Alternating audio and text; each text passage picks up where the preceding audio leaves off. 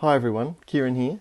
In this video we are going to be discussing the ideas of framing, the impact and meaning of how assets are framed in graphic design layouts. We've talked about different sorts of things like space and shape, figure and ground, the grid and so on. And today we're extending that, or in this video we're extending this a little bit further by thinking about how assets interact with the frame itself. Frames are everywhere. A picture frame sets off a work of art from its surroundings. It brings attention to the artwork and lifts it out of its setting. So for instance, in the Sunflowers painting here by Vincent van Gogh, if we were to imagine this in a gallery setting, then the framing of the image helps define the area where the artwork sits. That may not be as strange as it sounds, that it needs to work this way, but you know, the framing of an artwork helps to define its meaning and impact, apart from just being a pretty sort of thing. In graphic design, this idea extends to you know, things like margins and document edges that frame and define different areas of a document. In this instance, we're looking at defined text areas, two-column text.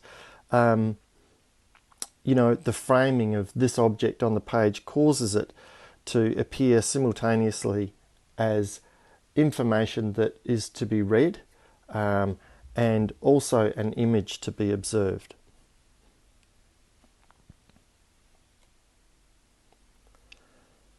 The full bleed of photographic work in a magazine layout refers to the idea of an image that works right to the edge of a page layout. There is no margin. There's just the image itself, which is dispensed with that formal zone of the white margin. It's gotten rid of it. It allows the image to sort of leap out off the page and into our observational reality.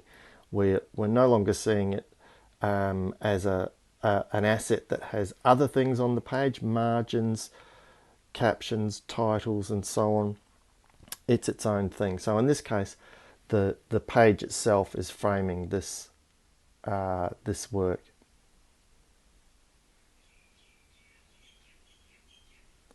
In politics, for instance, framing refers to you know, the explanation of an issue in terms of that will influence how people interpret those issues.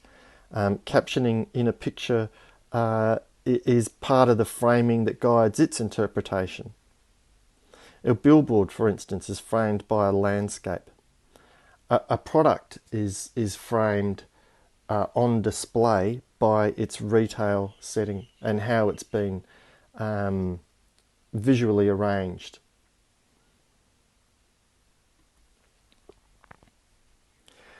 Frames are part of the fundamental architecture of graphic design. Framing can be thought of as one of the most persistent, unavoidable and variable acts performed by a graphic designer. However, contemporary design often seeks to eliminate frames and to create new meaning by breaking out of gridded layouts. The grids are there underneath, there's absolutely no doubt, but contemporary design sees attempts to work with that grid and beyond it, what's known as breaking out of the grid. Framing also helps to penetrate into images, rendering them open and available rather than sort of stable and contained. A frame can divide an image from its background, but it can also serve as a transitional element from the inside to the outside of a frame and inside to the outside of graphic elements.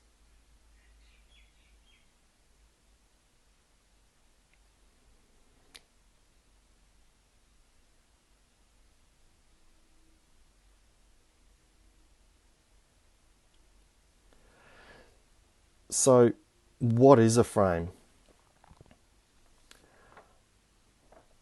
Margins and page edges, as we can see here, will act as framing devices. Document edges are very important when we think about the idea of full bleed. Where do we take an image or text to? Do we observe the margin, or do we go a little bit further to generate visual interest in our graphic designs? The meaning and impact of an image or its text changes depending on how it's bordered and cropped. A margin creates a protective zone around an image, presenting it as an object on a stage. A figure against a ground. They can be thick or thin. Margins can be symmetrical and asymmetrical, as we have seen in the past. A wider margin can add formality to an image that it frames. The full bleed idea again. An image bleeds when it runs off the edges of the page. The ground disappears and the image itself, the figure, seems to be larger and more active. We as an audience are more involved, or can feel more involved in a full bleed. A partial bleed can bleed off in one or two or three sides.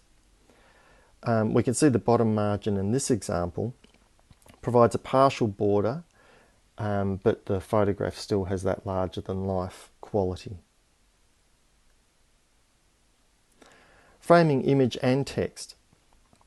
An image seen alone that has no words is open to interpretation. Adding text changes a meaning, and the written language becomes a frame for the image, shaping that viewer's understanding through the content and the words, style and placement of the typography.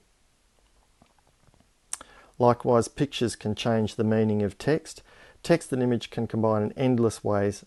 The text can be subordinate or dominant in a picture. It can be large or small, inside or outside, opaque or transparent.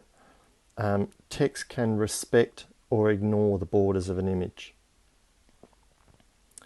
So cropping, borders, margins, frames, captions, they're key resources of the graphic designer. Whether the frame edges or document edges are emphasized or erased, the framing of our assets will have a profound effect on how our audience perceives information.